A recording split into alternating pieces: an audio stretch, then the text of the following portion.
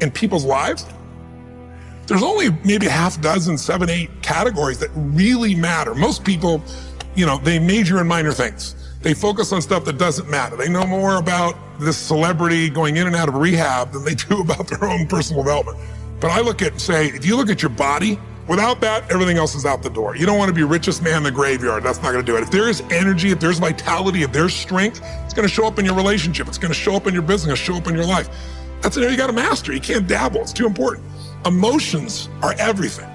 I mean, you got a ton of money, you got everybody loves you, and your primary emotions are pissed off and frustrated, then your life's pissed off and frustrated. It doesn't matter if you got $1 billion or 1 million people loving you, your life is not great. Relationships, intimate relationships especially. It's where the most juice in life comes from. It's where the most pain comes from most people. It's worth mastering instead of dabbling. Really looking at what are you going to do with your time and mastering your time. Instead of having a checklist, you cross it all off. You can mistake movement for achievement. I want to squeeze out of that time what matters, that creates value for me and for everyone I care about and love. What about your career or your business and the mastery of that instead of dabbling? Most businesses are dabblers. That's why they don't make it. 96%, any 10-year period of time, 4% make it. That doesn't even mean they're profitable. And it does not mean they're enjoying themselves, all right? Or they're getting anybody else to feel good.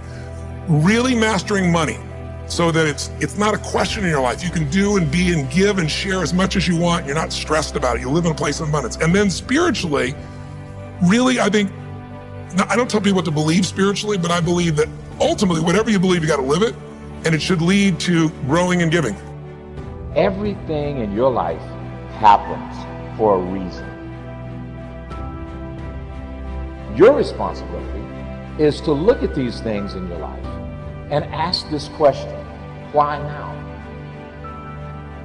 You need activation energy to start the change, to start to sit down, to start to get out of bed, to start to walk out the door.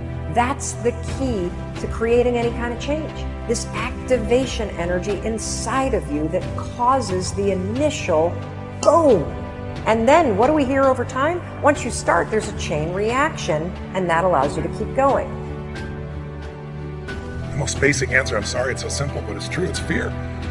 People make it this complex process. This woman was telling me that I don't understand why I don't do this, why I feel this way. I said, it's called fear. Everybody's afraid we're not enough. Everybody's afraid we're not rich enough, smart enough, young enough, quick enough, fast enough. It's human nature. But the secret is to do it anyway. I know that sounds so simplistic. My work when I'm working with somebody is showing them how to condition themselves, like building a muscle, so that you take action first, automatically. Because if you don't do that, it's hard. You lose momentum. It's like, how do I get started? Where do I go? Do anything to start the process of moving forward rather than let fear stop you. If your goals are easy to achieve, they are not big enough. Set bigger goals. Goals that excite you and scare you at the same time. If it is important to you, you will make it happen. If it is not, you will find an excuse. How bad do you want it? I want to reassure you that you can do it. I want you to reassure you that you can make the decision. I want to reassure you that no matter what the night, no matter what the storm, no matter what the difficulty, there isn't anybody here that can't figure it out, find some things to do, step at a time, yes. Minute at a time, yes. Day at a time, yes. Week at a time, yes. But there isn't anything you can't walk away from. There isn't any challenge you can't overcome. I want you to have that kind of belief in yourself. The mindset of moving past fears and insecurities and making sure you want something so desperately that you're willing to work for it. But half of changing is action, the hardest part. It requires discipline, devotion, and determination. Know what you're going after. Now you say amen to that, but there's very few people who live by that principle. Most people want everything they see somebody else with. They buy clothes that don't look good on them. They wear hairstyles that don't look good on them. They buy houses they can't afford because they're trying to keep up with somebody else. But if you really want to be a winner, if you really want to come off as successful, if you really want to be bright, only go after things that are meant for you to have. It will make you look successful. And what makes you look bright is when you pick your battles. There are some things that you don't fight because that's not your fight. You don't get into that thing. You don't pick those battles. You don't covet what you see somebody else fight down because they're anointed to fight that. They can do that. You might not be gifted to fight that area, and you don't want to covet somebody else's battle or covet somebody else's success. Invest your time to walk and sweat on your journey. Be the winner. Become the winner. Build up your life to become something. You're not over. Your opportunity never ended. This is your time to become something. Covet, and the other word I want you to think about is the word envy, because envy is the attitude that you have about other people's success. When you become envious of other people's success, you fail to become everything that God would have you to be. And the quickest way to stop being envious of other people's success is to know that God has something for you, that everything in your life is preparing you for that thing, that there are in your life defining moments. This is a critical issue. There are in your life defining moments, moments that if you handle properly, they are pivotal points that change your life for a lifetime. It is at these moments that if you know what you're going after, everything that you went through before is justified in preparing you for these defining moments.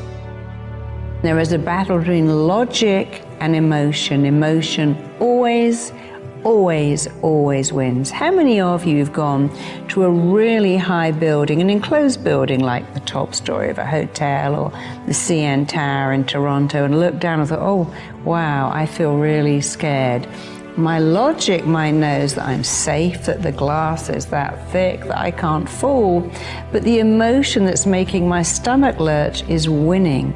So when you have a battle between emotion and logic, emotion always wins. Here's something you all know. We can all ring our friend up and go, I'm a bit bored, a bit lonely. Can I hang out? Or I'm a bit bored, let's go to the movie. You would never ring someone you've just met and go, I'm bored and lonely. Will you come and hang out with me? Let's go to the movie. Because the emotion that you might be rejected will overrule the logic that says this person may be the person for me. So if you're having a battle between yourself, here's a great one. I know I shouldn't eat cake. That's the logic, but the emotion is, oh, the cake feels so good, and this creamy, sugary stuff reminds me of being a baby when all my needs were met by having creamy, sugary stuff. So in a battle between emotion and logic, logic will never win. Emotion will always win. And you can make that win for you by making it a better emotion. So here's how to do it. Here's an emotion. I'm scared to ask for a pay rise in case my boss laughs me out of the office. Make it a stronger emotion. If I go to my boss and show them what I've done, how valuable I am, that won't happen. Here's an emotion. I really want to ask that person on a date. I'm not good enough. Change the emotion. I'm wonderful, I'm amazing. What could I get from asking someone on a date that says yes so much? And if they say no, I'm only exactly where I was before, except I've been brave. I've done something courageous. I've taken action. Even if it doesn't work out, I've lost nothing, but I've gained courage. So when you're having a battle between logic and emotion, emotion always wins, logic never wins. That's why you could stand on the windowsill of your apartment if it was on the ground floor, but you would never stand on the windowsill same size if it was 100 stories up, because the emotion that you may fall will defeat the logic that says, I can do this when it's a few feet off the ground. Why can't I do it up here? Because emotion overrules logic. You can make your life phenomenal, extraordinary, and wonderful by always using emotion to defeat emotion. You know, Dr. Maxwell Maltz wrote a book back around 1960. It was called Self-Image Psychology, Psycho-Cybernetics. It's a phenomenal book. He said it was the greatest discovery of his generation. He was a cosmetic or reconstructive surgeon, and he found he would do work on people. He might have done a nose job or removed a terrible scar. And he noticed that when he did that, there was a phenomenal change in their personality. But he noticed with others, he would make a phenomenal physical change, and there was no change in their personality. And that led him to postulate that we have two images. We have the one that's coming back from the mirror, but we've got an inner image. And that inner self-image is literally controlling our life. You will find people that have a very poor self-image or low self-esteem. They won't look you straight in the eye. They're afraid to shake hands with you. They're very shy and withdrawn. They go through life hiding from life. They don't like themselves. They don't know themselves. Do you know, a person improves their self-image, they change their entire life. Their income changes, their relationship changes, their health changes. And do you know how you do that? Start studying you. Start to find out more about you. There's something phenomenal about you. Do you know, when I began to study this material 57 years ago, I had very poor self-image. I had low self-esteem. I took dumb jobs. I never earned any money. I never had fun. I had poor relationships. And as I started to study real solid information, everything in my life started to improve. I've got friends all over the world today. I earn millions of dollars. I'm in my 80s and I got as much energy as a person in their 30s. Do you see, when you start to understand really who you are, you're God's highest form of creation. There's things about you that just about blow your mind as you start to study and really understand them. You'll walk a little taller. You'll stand a little straighter. And you know something? You'll enjoy a whole lot more of life.